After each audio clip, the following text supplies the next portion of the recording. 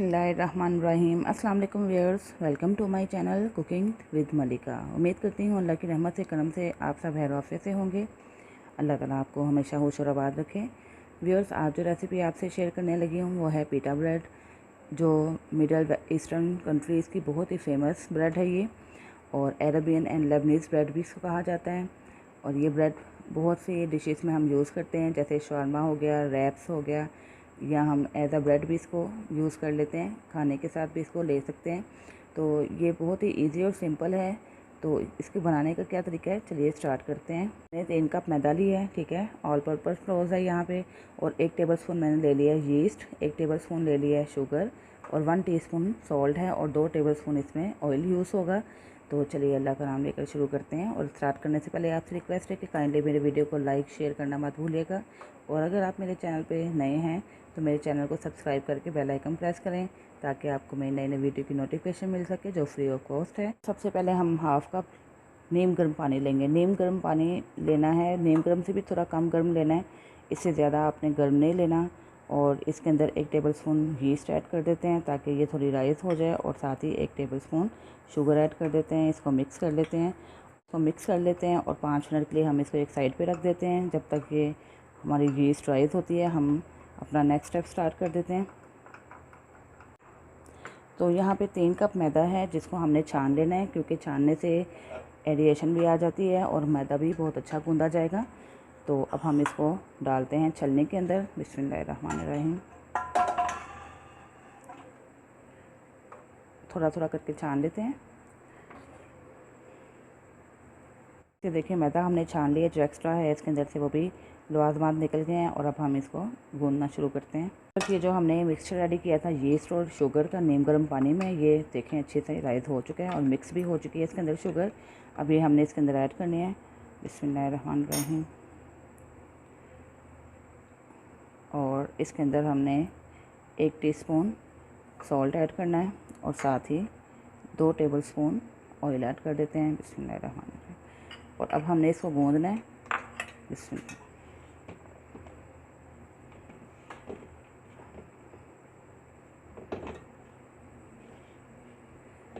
और गूंदते हुए इस बात का ख्याल रखना है कि हमारी जो डो है वो जो ना ज़्यादा सख्त हो और ना बहुत ज़्यादा नरम हो, ठीक है। जैसे हम आटा गूंदते हैं बिल्कुल उसी तरह ही हम इसको गूंदेंगे। अब यहाँ पे हमें वाटर की ज़रूरत है, तो अब मैं जो वाटर यूज़ कर रही हूँ वो भी नीम गर्म वाटर लूँगी। नीम गर्म से थोड़ा सा कम। आटा तो हमने सारा कंबाइन कर लिया। अब ये जो थोड़ा सा ऑयल प्याली को बचा हुआ है, ये मैं थोड़ा हाथों को ग्रीस करती हूँ, और अब इसके साथ हम ग्रीस हाथों के साथ अब हमने इसको अच्छे तरीके से गूंद लेना है। ये देखें, डो बिल्कुल स्मूथ फॉर्म में आ चुकी है। ये देखें, ये देखें, इसको मैंने गूंदा तकरीबन 5 से 8 मिनट तक। इस तरह भी आप यूँ लंबा कर करके भी ऐसे गूंद सकते हैं ऐसे। और अब हमने इसको रख देना है। पहले हमने रखने से पहले बर्तन में इसके नीचे बर्तन को ग्रीस कर लेना है, ठीक है, ऐसे, ताकि जब ये डो राइस हो तो ये बर्तन के साथ चिपक ना जाए, आसानी से बाहर आ जाए। इसके ऊपर हमने रैपिंग शीट कर ली है, और किसी गर्म जगह पे हमने इसको रख देना है 2 घंटे के लिए राइस होने के लिए। अब इंशाल्लाह आपको 2 घंटे बाद नेक्स्ट प्रोसेस गाइड करूँगी।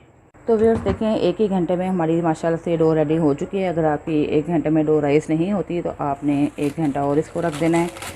और अब हम इसको बाहर निकाल लेते हैं डो को। ये देखिए, बिस्मिल्लाहिर्रहमानिर्रहीम,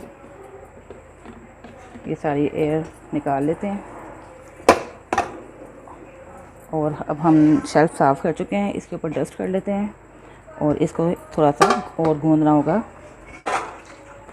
ये आपने स्टेप ज़रूर करना है। इसको दोबारा से हमने गूंदना है ताकि सारी एयर इसके अंदर से निकल जाए 2 से 3 मिनट के लिए।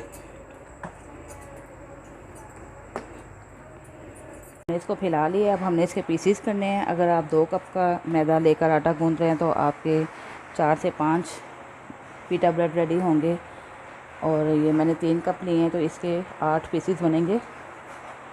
और ना बहुत बड़े रखने हैं ना बहुत छोटे रखने हैं।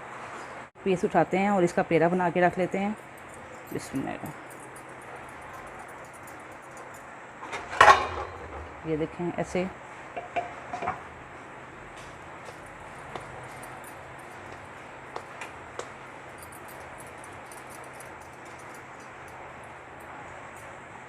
देखें व्यूअर्स, जिस बर्तन में मैंने रखा है उसको मैंने डस्ट कर लिया है। अब हमने पेड़े बनाने के बाद भी 20 मिनट के लिए इसको रेस्ट ज़रूर देना है, ठीक है। ये भी एक इसका एक बहुत अहम स्टेप है, ये आपने ज़रूर करना होगा।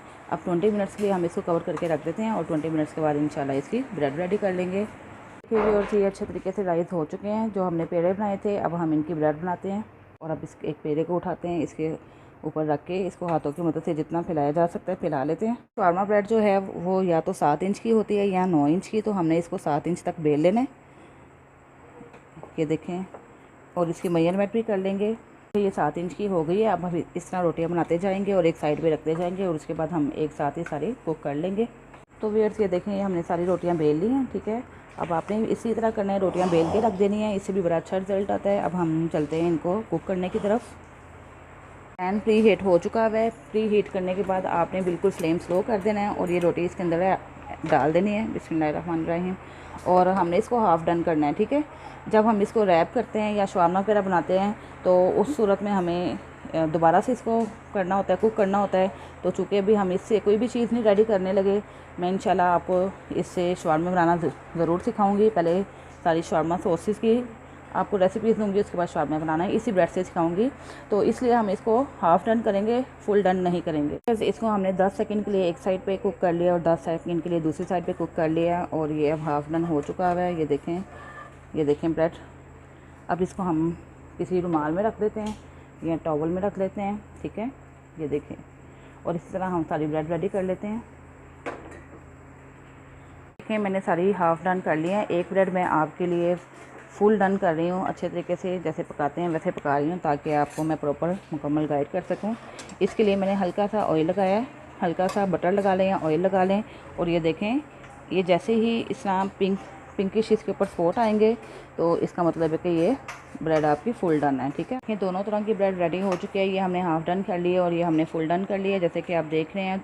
और अब हमने इसको सेव करना है। आप 1 महीने तक 2 महीने तक आराम से इसको सेव कर सकते हैं, कोई प्रॉब्लम नहीं है।